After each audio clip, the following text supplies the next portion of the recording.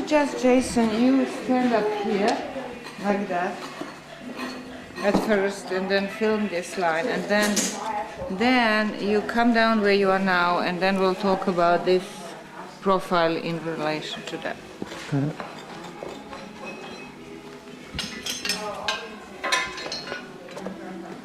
Mira? Jim, oh, you got the whole thing out. That's great. There are those plastic baskets over there. Baskets? Yeah, plastic ones, like right, the pink one. Hey, Dragana, is there another basket like that, a little one, square, like that one? This big. You should give it to Jim for his glorious find. Did you find Jim? Yeah. He's got something that we don't know what it is. It could be wood. It could be something else. Maybe wood and something else. Interessante. In any case, it's something. Okay, Jason, we're ready. What we're looking at here is... Stay where you are. Okay. What we're looking here at is a much later cut that was made in this area for the screen wall. The screen wall belongs to the end of the phase. Can you turn the music down?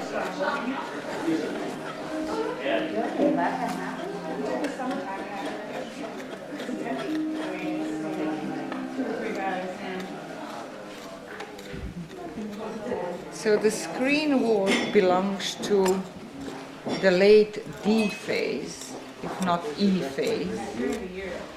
And the cut, however, that we can see now is in the bottom D phase, which is this floor, and most likely C phase in the floor 158.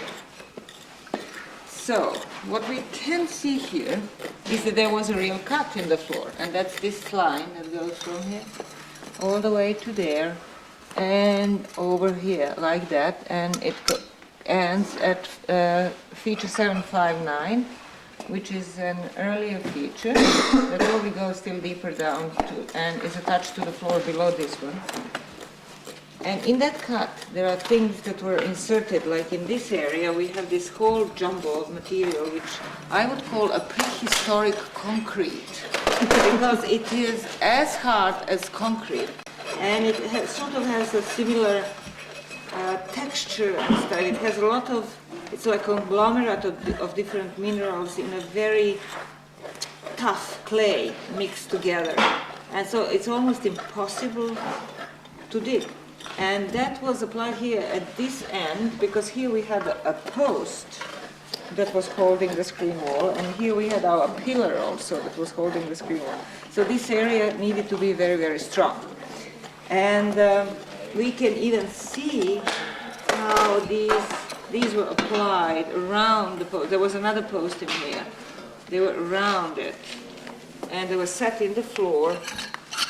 And there is actual cut in the floor that we were able to see, and I think we filmed the other day that goes like that.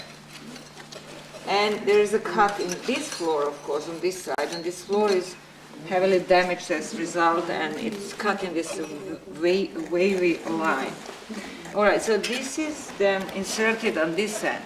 On the other northern end of the screen wall, there is this feature that I mentioned, 759, which was obviously strong enough, stable enough, an earlier feature that was used then for the pillar, for the northern pillar of the screen wall.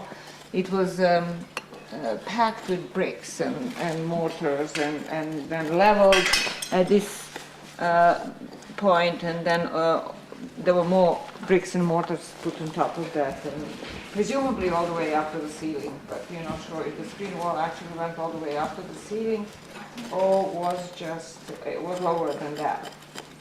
So then we have those two main structural elements, and in between the two we have a number of smaller posts, and here certainly one, here another one, here and there we had like not posts but planks, And then another post here, another one there. And what it seemed to us last year when we excavated the upper remains of the screen wall is that it was made in the wattle and daub technique. So this wavy line of the whole thing could actually also be taken possibly as an evidence of that. So if it was like wattle and daub technique on the back side of the screen wall, which would be towards the west, we would have branches, planks vertically, and then branches that would go around them horizontally. But on the eastern face of the screen wall, towards the big room, it was nicely plastered with very thick layer of plaster that actually we have mostly removed, but there are some layers of it that are still in the base, some pieces of it that are still here in the base of this thing. And we have a relief on that eastern face of the screen wall. So that was in terms of the structural elements. Now, if we look at the level of these floors in the feature 606, which is our central space, we can see that there is a number of floors, it seems, that run down. This is the top one that we are standing on, which is B, and then these are presumably C floors that go down, that were all cut through, but not in a straight line, but under an angle.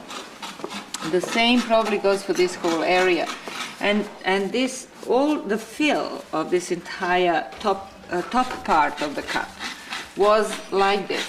Most of it was removed. It's this ashy, burned material with a lot of organic remains, such as tubers, and this is one of them. And we had enormous amount of tubers in there. And now, some elements like this one here could indicate that there was some in situ burning on the floor, not just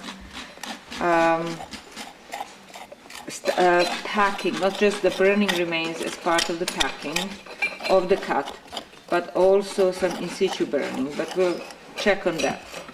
Now, this layer of ashy material goes all the way down beneath this floor and all the way to this feature 759 and also under it.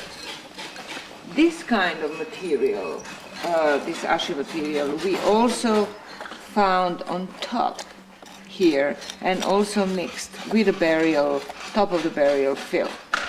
Now that is a little strange because if you go back, Jason, you'll be able to see this profile. Because we have a thick layer of floor and floor packing, our D floor, below which we have this thick horizon of the same type of material, again ashy, sharply burning material, burnt material that's full of organic remains such as this one, which is tubers again.